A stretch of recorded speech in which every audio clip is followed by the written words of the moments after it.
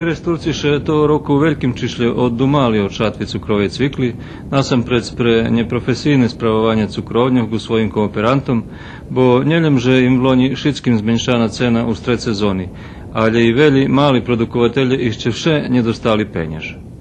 Keres Turska zadruga i u Arbiz vloni mala 120 hektari po cviklu i verbaska cukrovnja ih načas vyplacela, a toho roku zmenšali produkciju, bo ostali bez časti ženi.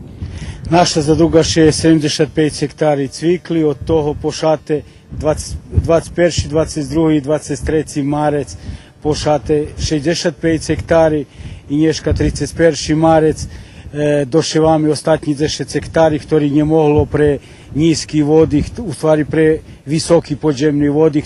Ih kooperanti vloni robili za cukrovnju za Ščervinki i nevyplaceni su, ta toho roku nješeju, okrem da skelji, jak co to i Mihal Tirkajla. Того року цвіклі сам планував пошат за коло 6 гектарів, за 6 сольти.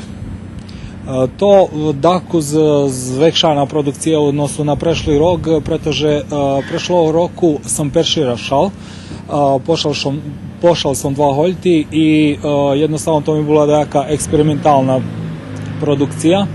Tirkajla toho roku cviklu šeje na šljebodno i rahuje, že poneže značno redukovani povrchnosti, cukrovni te ješeni ponuknju výhodnejší uslovija i že še cviklu vyplacišvac.